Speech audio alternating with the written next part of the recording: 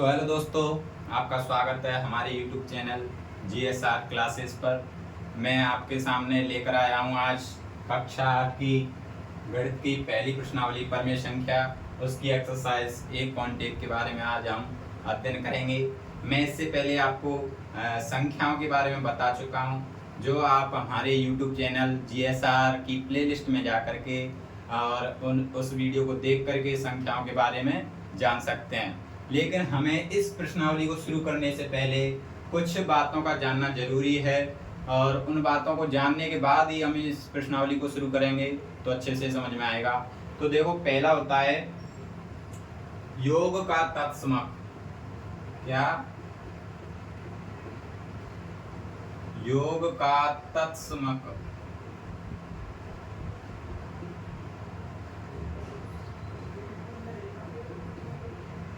अब ये योग का तत्समक क्या होता है?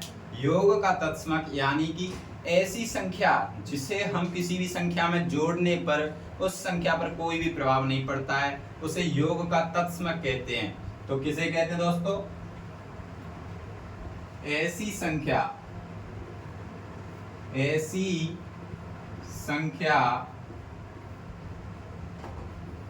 जिसे हम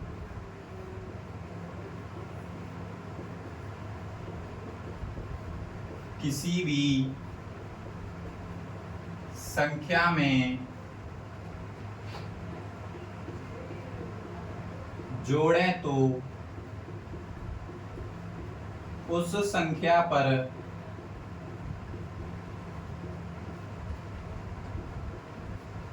कोई प्रभाव ना पड़े, उसे योग का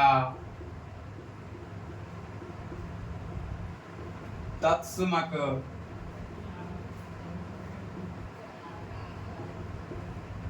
कहते हैं। और मैं आपको बता दूं दोस्तों, योग का तत्समक फिक्स है और वो होता है 0। तो योग का तत्समक क्या होता है?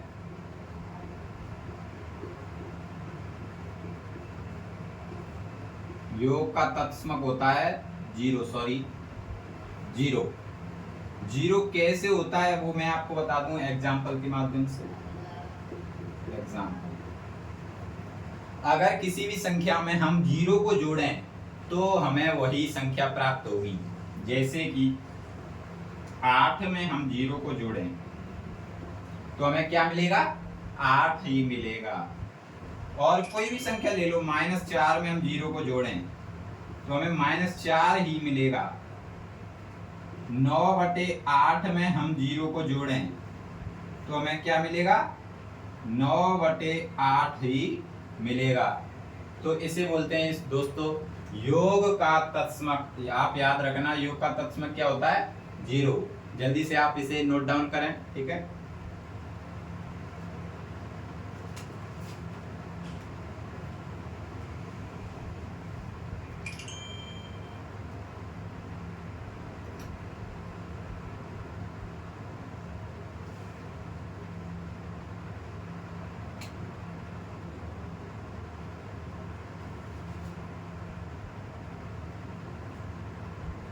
तो दोस्तों आपने नोट डाउन कर लिया होगा।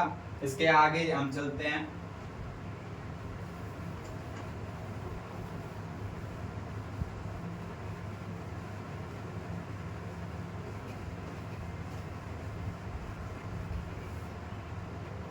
इससे आगे है हमारा गुणा का तत्समक।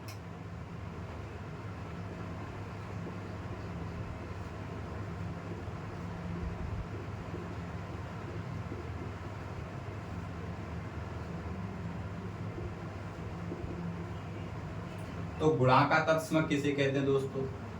तो ऐसी संख्या, क्या? ऐसी संख्या जिसे हम किसी भी संख्या में गुणा करें तो हमें वह संख्या ही मिले, यानी कि संख्या पर कोई भी प्रभाव ना पड़े, उसे क्या बोलेंगे दोस्तों? गुणा का तत्समक। तो इसमें लिखा है गुणा का तत्समक। ऐसी संख्या जिसे हम किसी भी संख्या में गुणा करें तो संख्या पर कोई भी प्रभाव ना पड़े, उसे बोलते हैं गुणा का तत्समक।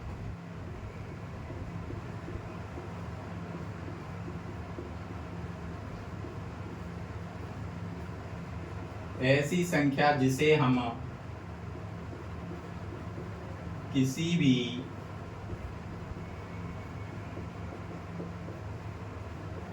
संख्या में गुणा करें तो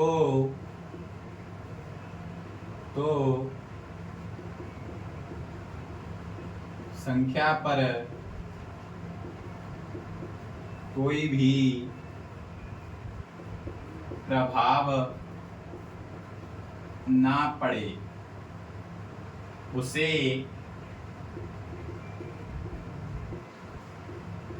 गुणा का तत्समक कहते हैं। किसे कहेंगे दोस्तों गुणा का तत्समक? ऐसी संख्या जिसे हम किसी भी संख्या में गुणा करें तो संख्या पर कोई भी प्रभाव ना पड़े, उसे गुणा का तत्समक कहते हैं। मैं आपको बता दूं गुणा का तत्समक है, गुणा का तत्समक। गुणा का तत्समक क्या है दोस्तों? तो आपका गुणा का तत्समक होता है एक। क्या होता है दोस्तों? एक। एक कैसे होता है? अगर किसी भी संख्या में हम एक का गुणा करेंगे तो उस संख्या पर कोई भी प्रभाव नहीं पड़ेगा। देखो एग्जाम्पल, जैसे हम 8 में अगर एक का गुणा करें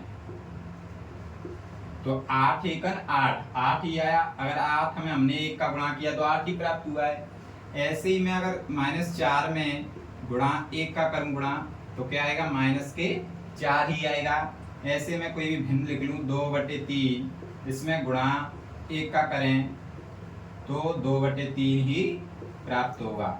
यानी कि अगर हम 8 में एक का करें तो 8, -4 में एक का करें तो 4, माइनस के 2/3 में गुणा एक का कर रहे हैं तो 2/3 ही प्राप्त हो रहा है। तो यहाँ गुणा का तत्समक क्या हुआ? एक। ठीक है, इसे नोट डाउन करें फटाफट।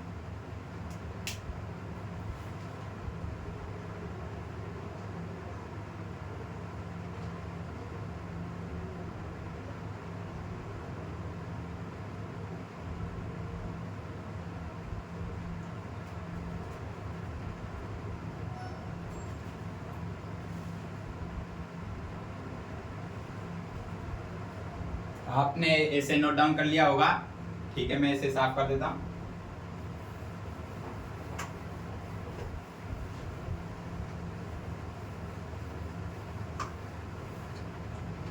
अब गुणात्मक तत्समक के बाद दोस्तों आपका आता है गुणात्मक प्रतिलोम।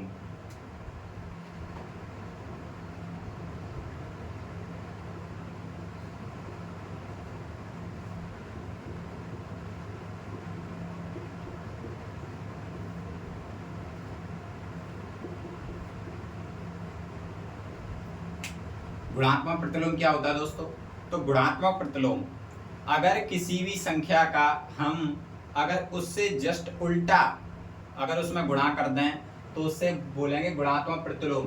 यानी कि गुणा का उल्टा, गुणा हम जिस संख्या से कर रहे हैं उसका उल्टा ही अगर हम उसमें गुणा करें तो हमें उसका गुणात्मक प्रतिलोम प्राप्त होता है। जैसे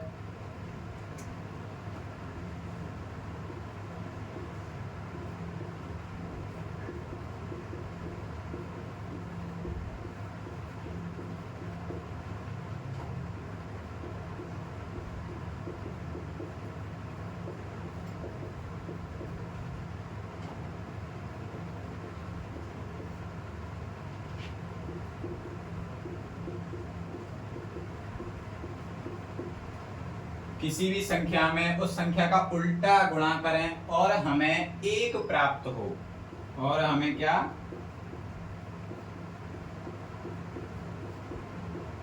एक प्राप्त हो,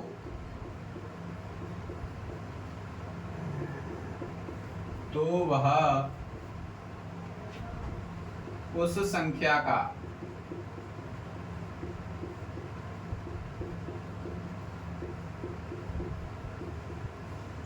गुणात्मक प्रतिलोम होगा।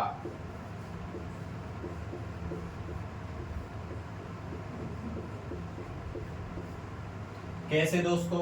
एग्जाम्पल देखते हैं। जैसे कि मैंने कोई भी संख्या लिखी, 2 लिखी, 2 नॉर्मल तरीके से समझते हैं, 2 लिखी। अच्छा, इसका उल्टा क्या होगा, मैं आपको बता दूं, किसी भी संख्या के नीचे 1 होता है ना, मैंने आपको पहले भी बताया था। तो 2/1 का गुणात्मक प्रतिलोम होगा, इसको उल्टा कर देंगे, यानी कि 1 पहुंचेगा ऊपर, बटे 2 आ जाएगा कहाँ, नीचे। तो 2 का गुणात्मक प्रतिलोम कितना होगा, 1/2। अगर हम इसे जांचेंगे कैसे, तो जांचेंगे ऐसे, देखो, अगर इसका और इसका गुणा करने पर हमें 1 प्राप्त हो जाए तो यह गुणात्मक प्रतिलोम सही है। चेक करते हैं, 2 में अगर हम 1/2 का गुणा करें तो देखो ऐसे गुणा करेंगे तो ऊपर वाले से होगा इसका 2 एकम 2/2। अगर हम 2 में 2 का भाग देते हैं तो कितनी बार जाएगा दोस्तों, 1 बार। 1 प्राप्त हो गया, इसका मतलब 2 का गुणात्मक प्रतिलोम 1/2 सही है। और एग्जांपल देखते हैं। अब मैंने लिखा जैसे कि 5, तो 5 का गुणात्मक प्रतिलोम, 5 का गुणात्मक प्रतिलोम बताइए क्या होगा। 5 के नीचे कुछ भी नहीं है, इसके नीचे हम 1 मान सकते हैं, तो 1 पहुंचेगा ऊपर, बटे 5 आ जाएगा नीचे। अब ये सही है या नहीं, इसे चेक करने के लिए हमें 5 का और 1/5 का क्या करना पड़ेगा, गुणा करके देखते हैं। 5 गुणा 1/5, 5 का ऊपर 5 एकम 5, बटे नीचे कितना है 5। 5 में 5 का भाग देंगे तो कितनी बार जाएगा, 1 बार। 1 दोनों में हमें प्राप्त हुआ है, तो इसका मतलब 5 का गुणात्मक प्रतिलोम 1/5 है, ये भी सही है। और एग्जांपल देखते हैं। अब जैसे मैंने लिखा 7/4, अच्छा इसका गुणात्मक प्रतिलोम क्या होगा, इसका तो बहुत ही सिंपल है, यानी कि 4 पहुंचेगा ऊपर, 7 आ जाएगा नीचे। ये सही है या नहीं, तो इसका हमें चेक करने के लिए इन दोनों का क्या करना पड़ेगा, गुणा। चेक करते हैं, 7/4 इंटू 4/7 गुणा करो। देखो, या तो गुणा कर लो या काट लो, काट के भी बता दूंगा। 7 चौके 28 बटे 7 चौके 28। 28 में अगर 28 का भाग देंगे तो कितना आएगा, 1 प्राप्त होगा। अगर काटेंगे कैसे, देखो, तो 4 का भाग गया इसमें 4 में 1 बार, 7 का भाग गया 7 में 1 बार, ठीक है। फिर इसका 1 का 1 से गुणा करेंगे तो 1 ही प्राप्त होगा, ठीक है दोस्तों। ऐसे भी हम कर सकते हैं। तो आप इसे उतारें, फटाफट नोट करें।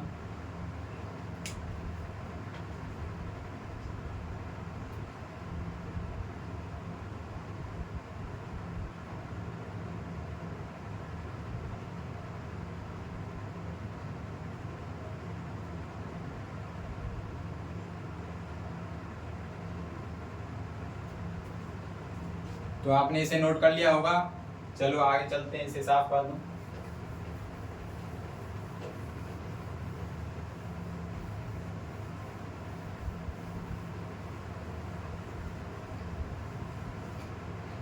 अब इसके बाद है दोस्तों योगात्मक प्रतिलोम।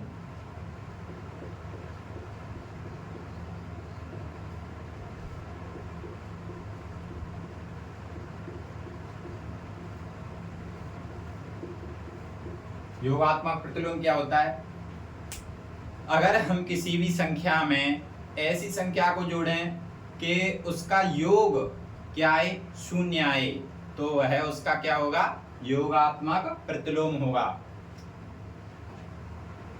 ऐसी संख्या नहीं, किसी संख्या में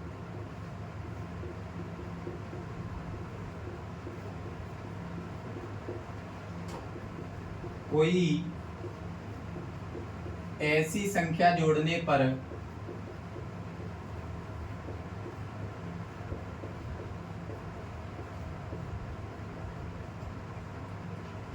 जिससे हमें 0 प्राप्त हो, तो वह उसका योगात्मक प्रतिलोम होता है।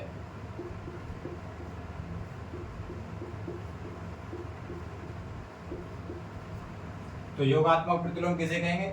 किसी संख्या में कोई ऐसी संख्या को जोड़ने पर जिससे हमें 0 प्राप्त हो जाए दोस्तों, वह उसका योगात्मक प्रतिलोम होता है। देखो एग्जाम्पल, जैसे मैंने लिखा 2। अच्छा, 2 का योगात्मक प्रतिलोम क्या हो सकता है? 2 का योगात्मक प्रतिलोम क्या हो सकता है दोस्तों? 2 का ऐसा 2 में से अगर क्या हम घटाएं कि मतलब हमें 0 प्राप्त हो जाए, तो इसका होगा -2। अगर हम 2 में से -2 करें तो कितना आएगा? 0। तो इसका ये -2 है, ये 2 का क्या है? योगात्मक प्रतिलोम। और देख लो 3 का योगात्मक प्रतिलोम, बताओ क्या होगा? सिंपल है, 3 का क्या हो जाएगा? -3। इसकी जांच करेंगे तो 3 में से 3 तो कितना आएगा? 0। तो 3 का योगात्मक प्रतिलोम क्या होगा? -3।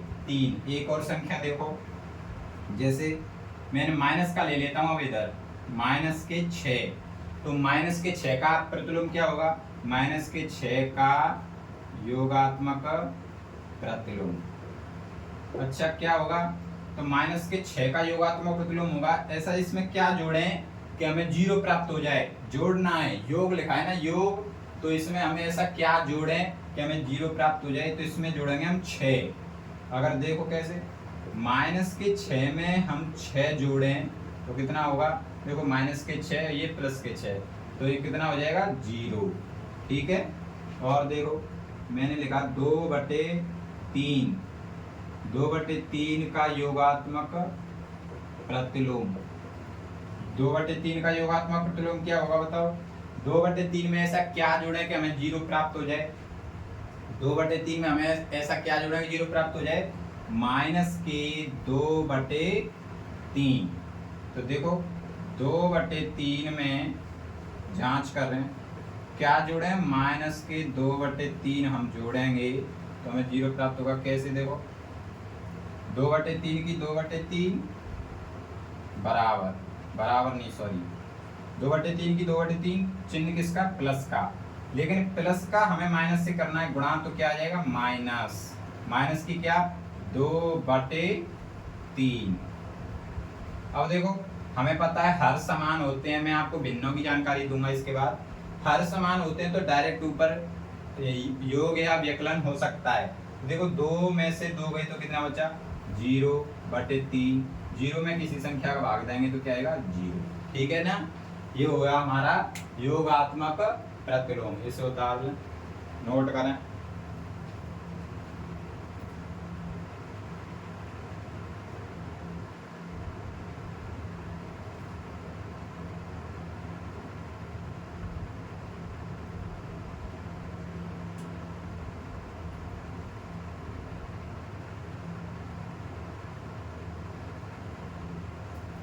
तो दोस्तों आपने ये नोट कर लिया होगा, ठीक है।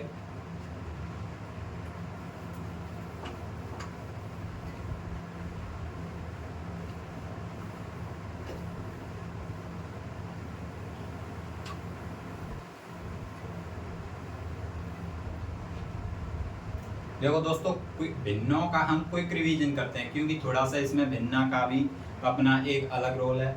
जैसे भिन्न देखो क्या होता है, मैंने लिखा कोई भी A/B, तो इसमें ऊपर होता है वो होता है अंश। क्या होता है? अंश। और नीचे होता है वो क्या होता है दोस्तों? हर। इसका मैं थोड़ा सा आपको आइडिया दे दूं। देखो ऊपर है वो अंश है, आप ऐसे याद कर सकते हो, हंस है वो उड़ सकता है, कहाँ उड़ेगा? ऊपर आसमान में, तो उसका क्या हो जाएगा? हंस यानी कि अंश। ठीक है। और हर है, हर वो खेतों में चलते हैं नीचे, तो उसका मतलब नीचे वाला क्या बोलेंगे हम? हर। इस तरीके से आप इसे याद कर सकते हैं। तो मैं एक एक एग्जाम्पल की तरफ से मैं आपको भिन्नों के जोड़, घटाव, गुणा और भाग बता देता हूँ जल्दी से, ठीक है। पहला,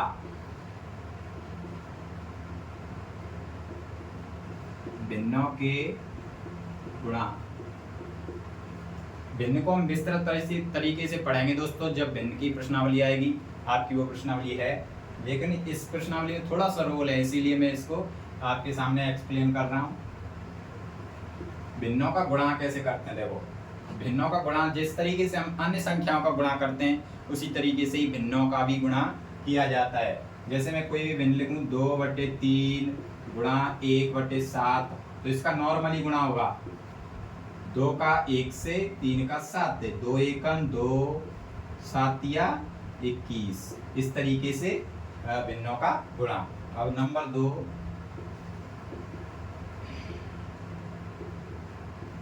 भिन्नों के भाग। भिन्नों के भाग, देखो भाग कैसे किए जाते हैं वो समझो।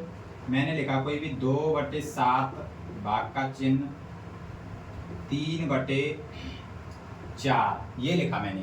तो ये देखो 2/7 में भाग देना 3/4 का, तो इसे कैसे हल करेंगे दोस्तों। देखो 2/7 का 2/7 लिखना है पहले।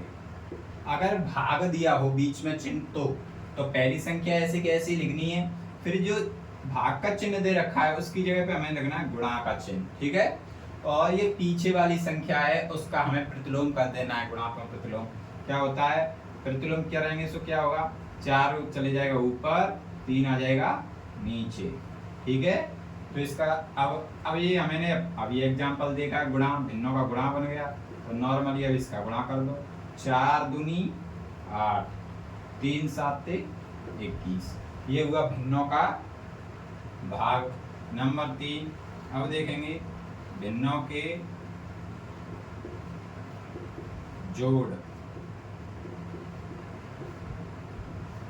देखो जोड़ और घटाव है वो थोड़े से आपको उसमें संक्रिया करनी पड़ती है, एलसीएम लेना पड़ता है, उसके बाद गुणा भी करना पड़ता है। मैं आपको बता देता हूँ, जैसे कि 2/3 में हम 1/4 जोड़े, तो देखो नीचे वाले हर होते हैं उनका लेते हैं एलसीएम। तो एलसीएम लेंगे किस किस का, 3 का और 4 का। एलसीएम कैसे लेते हैं, ये गुणनखंड या एलसीएम आपकी प्रश्नावली जब भी समझाऊंगा, लेकिन क्विक रिवीजन करा रहा हूँ या क्विक बता रहा हूँ, ठीक है। तो सबसे पहले सबसे छोटी संख्या का 2 का भाग देंगे, इसमें 2 का भाग देंगे तो 3 की 3, 2 का 4 में देंगे 2 दूनी 4, फिर 2 का जा रहा है 3 की 3, 2 एकम 2, अब 3 का देंगे 3 एकम 3, जब तक नीचे 1 1 नहीं आता जब तक हम एलसीएम करते हैं। अब इसका आंसर कैसे निकालेंगे, तो 2 गुणा 3, 3 दूनी 6, 6 दूनी 12, एलसीएम कितना आया हमारा 12। अब देखो 12 एलसीएम आया, तो हमें क्या करना है, ऊपर की संख्या लिखनी है पहले संख्या की या पहली भिन्न की ऊपर की हर अंश लिखना है, फिर गुणा का चिन्ह, और इस 3 का भाग देना है। इसमें 3 का भाग देंगे 12 में, 3 चौके 12, यानी कितनी बार 4 बार, चिन्ह किसका प्लस का। अब इस वाली भिन्न में ऊपर क्या है 1 गुणा, अब नीचे वाली का इसमें भाग देंगे, क्या आया 4 का 12 में भाग देंगे तो 4 तिया 12, 3 आया। अब इसके बाद गुणा करना है, 4 पहले करते हैं गुणा, तो 4 दूनी 8, चिन्ह प्लस, 3 एकम 3 बटे 12, अब इन्हें जोड़ दो, 8 और 3 11 बटे 12, ये हमारा आंसर है। आप इन तीनों को उतारे, उसके बाद एक और है भिन्नों के क्या बचेंगे, घटाव, वो भी मैं आपको बता देता हूँ, जल्दी उतार दो।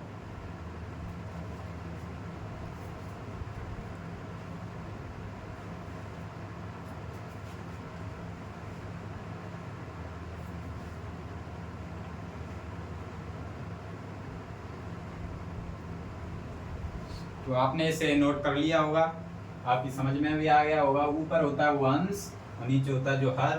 भिन्नों के गुणा में नॉर्मली गुणा किया जाता है, भिन्नों के भाग में देखो पहली संख्या ऐसे कैसे ही, और भाग का चिन्ह है उसे गुणा के चिन्ह में परिवर्तित करेंगे और इसका प्रतिलोम कर देते हैं, क्या हो जाएगा 4/3। फिर ये अभी इसी एग्जाम्पल की तरह बन गया, 4 का 2 से 4 दूनी 8, 7 तिया 21, ठीक है। अब भिन्नों के जोड़ कैसे किए हमने, तो देखो अगर हर हैं वो अलग अलग हों तो हमें एलसीएम लेना पड़ता है। एलसीएम लिया हमने, 3 और 4 का कितना आया, 12, 12 आ गया। फिर इसकी पहले भिन्न की पहले ऊपर के अंश क्या है, 2, फिर गुणा का चिन्ह लगाना है, फिर 3 का 12 में भाग 4 बार, प्लस ऊपर का 1 गुणा का चिन्ह, 4 का भाग 12 में कितनी बार, 3 बार, फिर गुणा करना, 4 दूनी 8 प्लस 3 एकम 3 बटे 12, 8 और 3 11 बटे 12। ठीक है, ये आंसर आ गया। अब इसके बाद एक और बचा है भिन्नों के जोड़।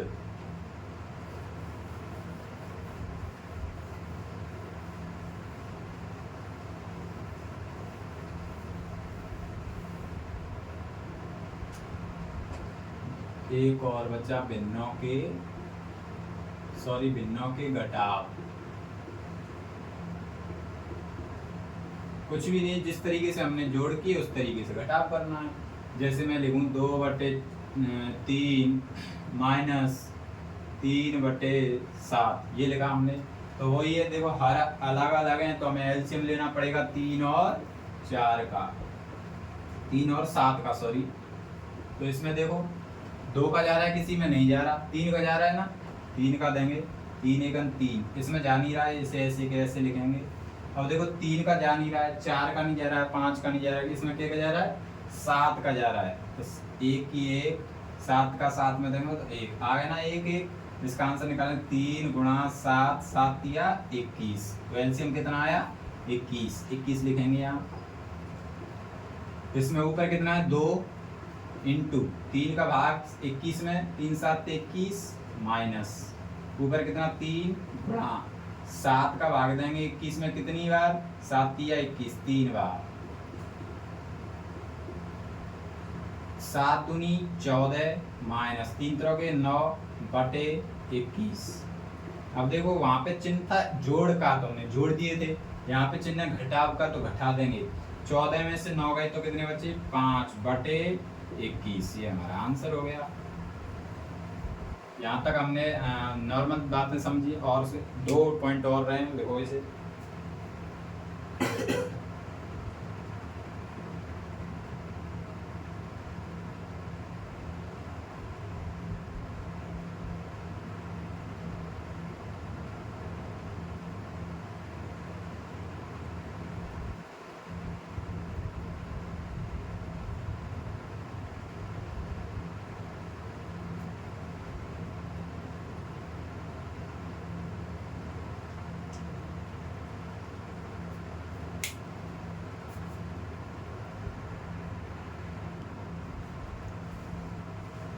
तो आपने इसे नोट डाउन कर लिया होगा, मिटा देता हूँ।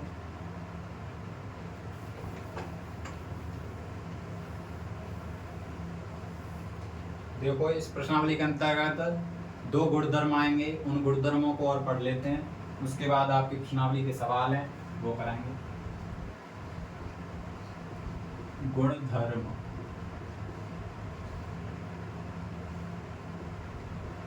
गुणधर्म में पहला गुणधर्म है साहचर्य,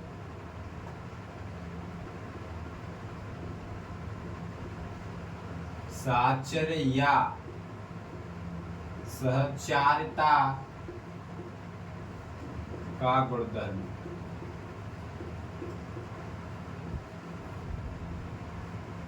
साहचर्य या सहचारिता का गुणधर्म या गुण। देखो दोस्तों इसका कुछ नहीं, बस क्या करना है आपको, मैं एक सूत्र की भांति एक ले देता हूँ, ए और बी और सी बराबर ए बी सी। देखो यहां से समझेंगे, पहले अपन समझेंगे पहले जोड़। साहचारिता का मतलब पहले 2 अंकों पर कोष्टक, उसके बाद लास्ट के 2 अंकों पर कोष्टक, यानी कि हम जोड़ सीख रहे हैं। पहला योग का साहचारिता का नियम। देखो योग मतलब गुणधर्म साहचर्य है या नहीं, योग साहचर्य है या नहीं, वो हम चेक करेंगे। देखो अब मैं इसके हिसाब से कोई एग्जांपल लेता हूँ, जैसे 2 + 3 + 5 बराबर 2 + 3 + 5। तो इसमें कोष्टक कहाँ लगे, पहली 2 संख्याओं पर, उसके बाद लास्ट की दो संख्याओं पर।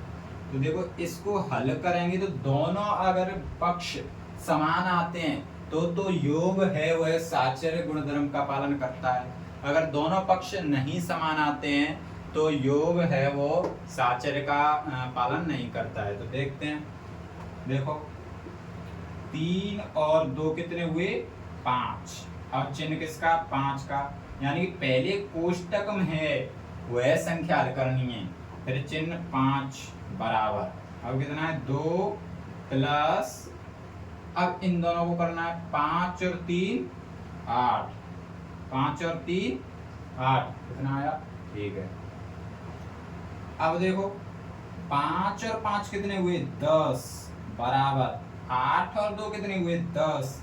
देखो दोनों पक्ष कितने कैसे आए समान, यानी कि L H S left hand side बराबर राइट हैंड साइड, यानी कि योग है वह साचर्य गुणधर्म का पालन करता है। योग साहचर्य है। समझ में आया दोस्तों, योग साहचर्य है। इसे उतारें फटाफट, नोट करें।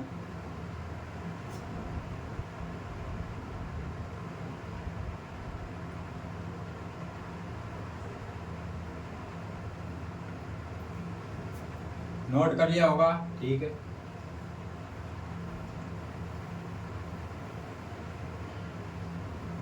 मैं यहाँ शॉर्ट मिटा रहा हूँ, लेकिन आपको पूरा लिखना है, ठीक है। आपको यहाँ से पूरा लिखना है, मैं यहाँ लिखूंगा उसके बाद पूरा लिखना है। अब मैं देख रहा हूँ, जैसे हमने अभी देखा योग, अब देखेंगे घटाव या व्यवकलन। अब मैं कोई भी एग्जांपल लूँ अभी की तरह, 3 - 2 - 5 बराबर 3 - 2 - 5, ये लिया हमने। तो पहले दो अंक मतलब संख्याओं पर कोष्टक, उसके बाद लास्ट की दो संख्याओं पर कोष्टक, ठीक है ना। सेम टू सेम ऐसे ही कोष्टक लगाना है। अब चेक करते हैं व्यवकलन है या घटाव है वो साचर्य है या नहीं, चेक करें। देखो पहले कोष्टक वाली संख्या हल करेंगे, 3 में से 2 गया तो 1 बचा प्लस का, ठीक है, माइनस क्या है 5 बराबर 3 की 3 माइनस का माइनस। और देखो यहाँ प्लस का है 2 माइनस का है 5, तो माइनस के बड़े हैं तो माइनस का आएगा, माइनस के बड़े हैं तो माइनस का आएगा कितना, माइनस के 5 में से 2 गए तो 3, ठीक है। अब यहाँ देखो 5 बड़ा है यहाँ माइनस का और 1 छोटा है, तो माइनस का आएगा कितना 4 बराबर यहाँ 3, और माइनस का अगर माइनस से गुणा करते हैं तो हो जाए +3, क्या आया माइनस के 4 बराबर 6। देखो यहाँ पर ये बराबर नहीं आए तो लिख देंगे क्या, LHS is not equal to RHS, यानी कि लेफ्ट हैंड साइड और राइट हैंड साइड के बराबर नहीं है। तो व्यवकलन या योग नहीं, व्यवकलन या घटाव, व्यवकलन या घटाव साचर्य नहीं है।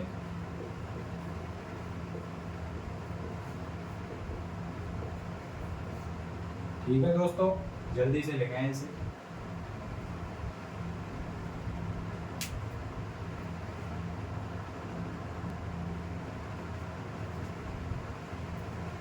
आपने लिख लिया होगा, ठीक है, जल्दी से। अब देखते हैं आगे।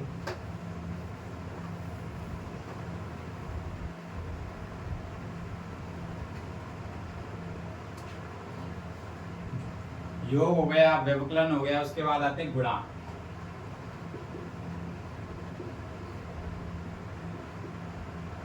किस पे आते हैं दोस्तों, गुणा।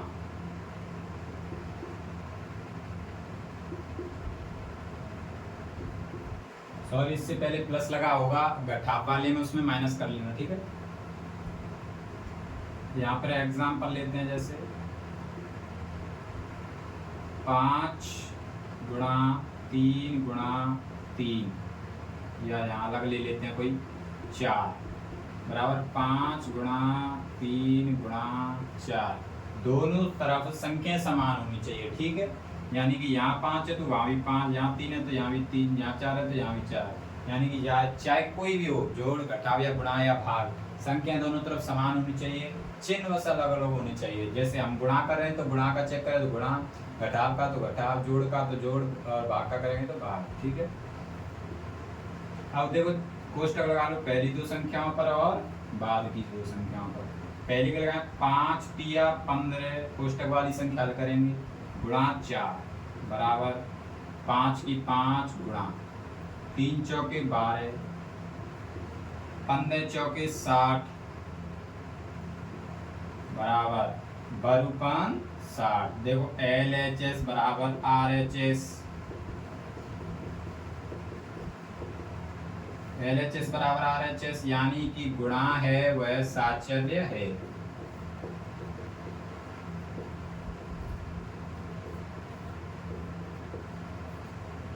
जल्दी नोट डाउन करें दोस्तों, या स्क्रीनशॉट ले लिया करो फटाफट।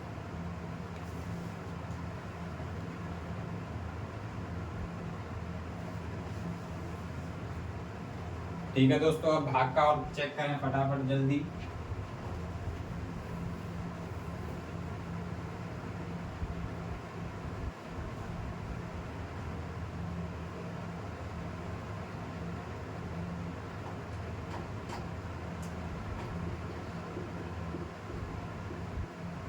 और चिन्ह लगा लो भाग। और कोई भी एग्जाम्पल लूँ, जैसे एग्जाम्पल लेते हैं अपन, 8 भाग 4 भाग 2 बराबर 8 भाग 4 भाग 2। पहली दो संख्या पर कोष्टक, बाद की दो संख्या पर कोष्टक। देखो पहले कोष्टक वाला हल करेंगे तो 8 का भाग 8 में भाग देंगे 4 का कितनी बार, 4 दूनी 8, 2 बार, भाग कितना आया फिर 2 बराबर। ऐसे इधर 8 भाग का चिन्ह, 4 में भाग देंगे 2 का कितनी बार, 2 बार। देखो 2 में 2 का भाग 1 बार बराबर 8 में 2 का भाग 2 चौके 8 4 बार। यहाँ पर LHS RHS के बराबर नहीं है, is not equal to RHS, यानी कि भाग है वह साचर्य नहीं है।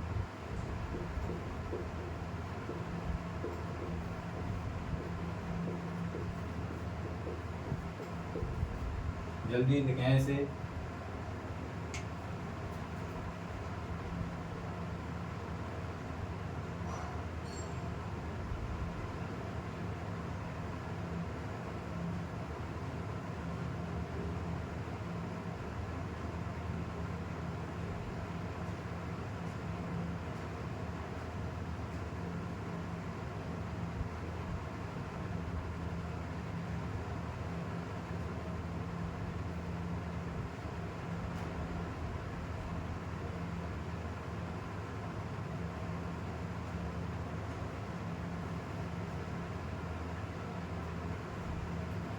और दोस्तों अगला हमारा गुणधर्म है, क्या है अगला गुणधर्म हमारा है क्रम विनिमयता। क्या है, क्रम विनिमयता।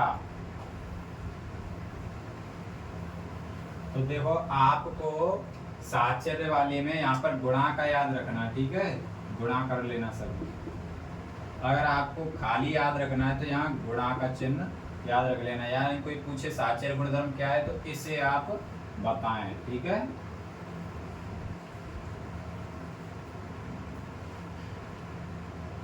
अब इसके बाद अगला गुणधर्म देखते हैं अपन।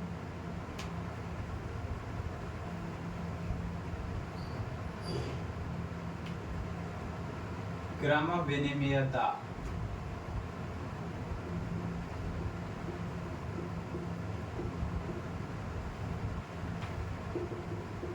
इसका हमारा फॉर्मूला होता है क्या, A प्लस B बराबर B प्लस A, यानी प्लस होगा यानी जोड़ का देखेंगे क्रम विनिमयता, गुणा कोई भी चिन्ह हो उसी मतलब संक्रिया का हम क्रम विनिमय देखेंगे। तो देखते हैं पहला योग का देखते हैं। तो देखो कोई भी संख्या ले लूं एग्जाम्पल के लिए मैं, 4 प्लस 2 बराबर, अगर देखो इसे हम ऐसे लिखना है, यानी कि यहाँ पर ए था तो ए लास्ट में, यानी कि 4 है वो लास्ट में, 2 पहले, 2 प्लस 4। अब इसे करेंगे ऐसे ही, 4 और 2 6 बराबर 2 और 4 6, एल एच एस बराबर आर एच एस। तो यानी कि योग क्रम विनिमयता का पालन करता है, योग क्रम विनिमय है।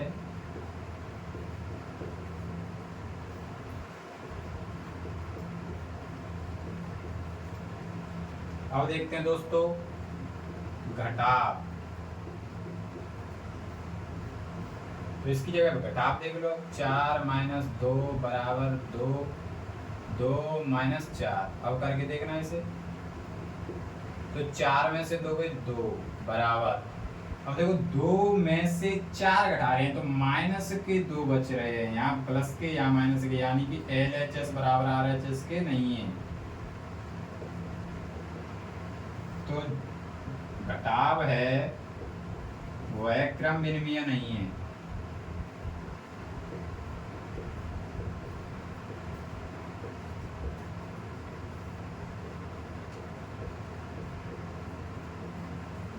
फटाफट स्क्रीनशॉट लें।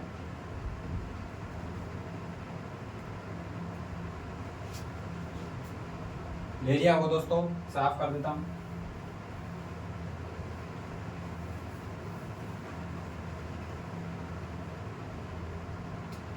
नंबर 3 गुणाका देखते हैं। गुणाका कोई भी देख लो, 2 गुणा 3 बराबर, अब 3 आएगा पहले, 3 गुणा 2, चेक करते हैं, 2 तिया 6 बराबर 2 तिया 6, ये एल एच एस बराबर आर एच एस के है। तो यानी कि गुणा है वह क्रम विनिमय है।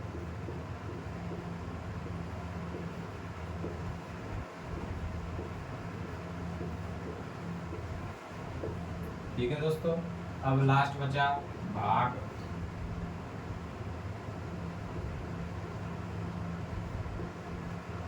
भाग चेक कर लेते हैं, 2 भाग 3 बराबर 3 भाग 2, यानी कि उलटना है हमें। देखो पहले 2 है तो उसके बाद भाग 3 है, तो 3 भाग 2 लिखना है इस सूत्र के अनुसार, इसके अनुसार। ठीक है दोस्तों, ये हमारा गुणधर्म का नियम है। तो देखो 2 में 3 का भाग देंगे तो ऐसे लिख लो, 2/3 बराबर, यहाँ क्या लिखेंगे 3/2। तो देखो दोस्तों भाग दे के चेक करते हैं, या यहीं पर पता पड़ रहा है, क्या पड़ रहा है, ऊपर बड़ी, यहाँ पर बड़ी है, यहाँ पर छोटी है ऊपर, यानी कि दोनों अलग अलग हैं, यानी कि एल एच एस बराबर आर एच एस के नहीं है। तो भाग क्रम विनिमय नहीं है।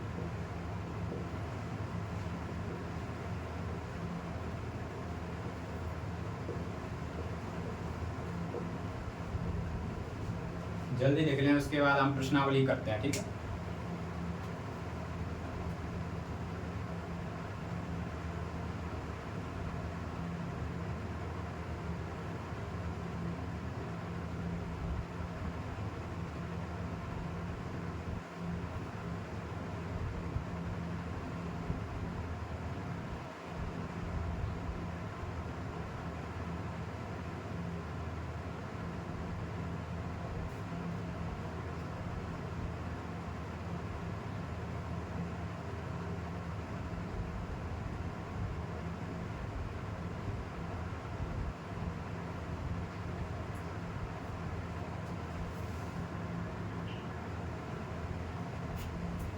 तो ठीक है दोस्तों, अब हम पहले प्रश्न पर चलते हैं। क्या बोलता है पहला प्रश्न आपकी प्रश्नावली का। ये मैंने जो कुछ भी लिखा है सब कुछ दोबारा पढ़ना, जिससे हम प्रश्नावली के सवाल हल कर सकें। चाहे कैसा भी सवाल आएगा इनसे आप हल कर सकते हो। तो पहला क्वेश्चन क्या कह रहा है, देखो, निम्नलिखित, आप अपना गणित की किताब है वो अपने आगे रखें, निम्नलिखित में गुणन के अंतर्गत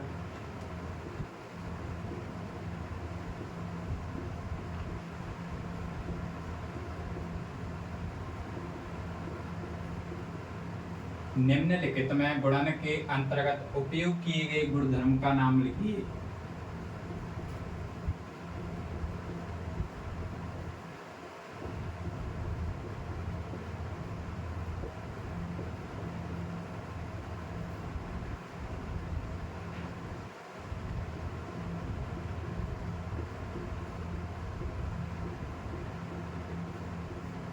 क्वेश्चन नंबर पहला है आज की प्रश्नावली 1.1 का। निम्नलिखित में गुणन के अंतर्गत उपयोग किए गए गुणधर्म का नाम लिखना है। किसका?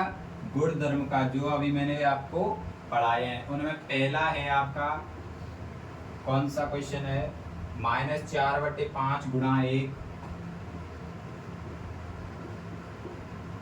बराबर 1 गुणा -4/5। तो आप बताएं इसमें कौन सा गुणधर्म लग रहा है, क्या है? यहाँ मैंने आपको कितना पढ़ाया है, यहाँ पर क्या लग रहा है दोस्तों? क्या है? अगर हम इस 1 का गुणा इससे करें तो क्या आएगा? -4/5। संख्या पर कोई फर्क पड़ा का नहीं। और यहाँ पर भी अगर गुणा करेंगे तो क्या आएगा? -4/5। संख्या पर कोई भी प्रभाव नहीं पड़ा। तो आंसर क्या होगा इसका? आंसर क्या होगा दोस्तों? एक गुणात्मक तत्समक, गुणात्मक तत्समक। और क्या है यहाँ दोस्तों? देखो 4/5 पहले है, फिर गुणा है, फिर 1 है, फिर देखो 1 यहाँ आ गया और ये 4/5 है वह यहाँ आ गया। तो और क्या हो रहा है यहाँ बताओ? क्रम विनिमय, गुणा का क्रम विनिमय, गुणा क्रम विनिमय।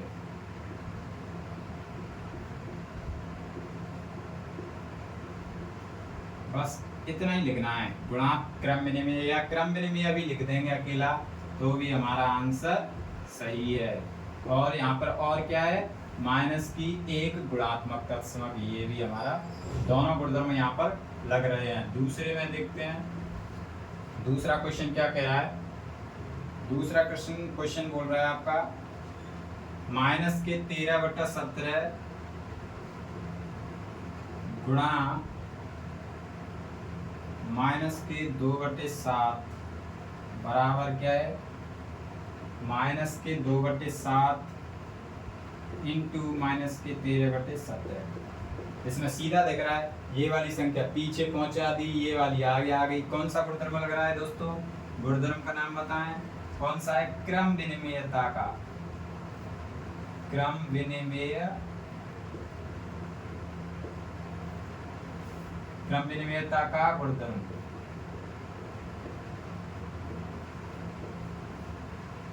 ठीक है दोस्तों, ये दोनों क्वेश्चन आप बता रहे हैं जल्दी।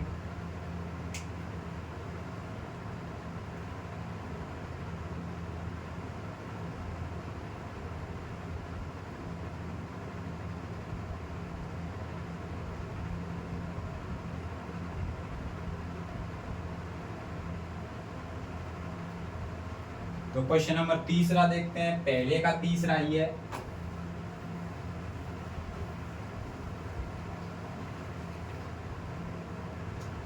पहले का तीसरा क्वेश्चन, पहले का तीसरा क्या है? -19/29 गुणा 29/-19 बराबर 1। मैंने आपको पढ़ाया था दोस्तों, देखो वही आया है, -19/29 गुणा 29/-19 बराबर 1। ऐसा हमने किस में पढ़ा था? गुणात्मक प्रतिलोम में, कि हमें अगर किसी भी संख्या में हम ऐसा क्या गुणा करें कि हमें गुणा करने पर 1 प्राप्त हो। तो यहाँ पर किसका गुणधर्म लग रहा है दोस्तों? गुणात्मक प्रतिलोम वाला।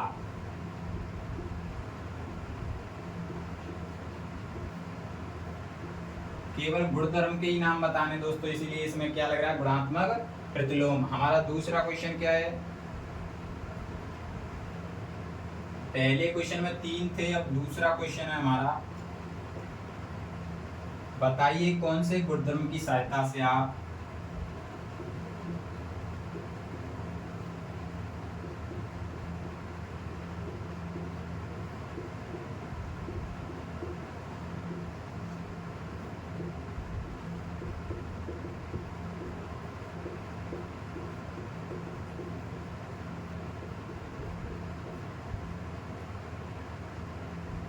1/3 गुणा 6 × 4/3 बराबर को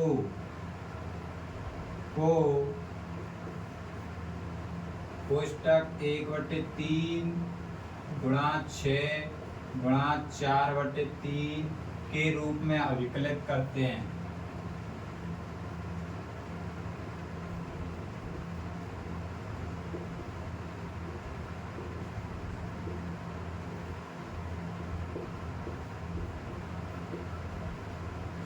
बताइए कौन से गुणधर्म की सहायता से। यहाँ पे अभी हमें क्या बताना है दोस्तों, गुणधर्म का नाम बताना है। तो देखो मैंने आपको बताया था सेम टू सेम वही बन रहा है। क्या बन रहा है, हमने पढ़ा था क्या पढ़ा था दोस्तों,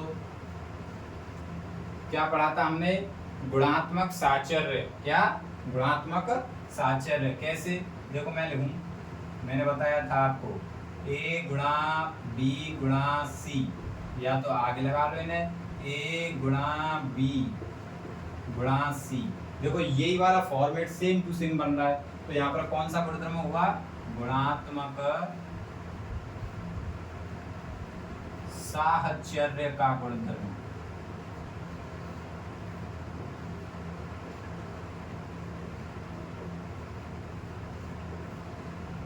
ठीक है दोस्तों, कौन सा, गुणात्मक साहचर्य का गुणधर्म या गुणात्मक सहचार्यता का गुणधर्म।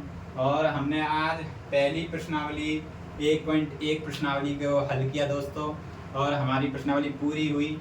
अब हम मिलेंगे अगली वीडियो में। हमारे चैनल को सब्सक्राइब करें, लाइक करें, कमेंट करें। ठीक है, धन्यवाद दोस्तों।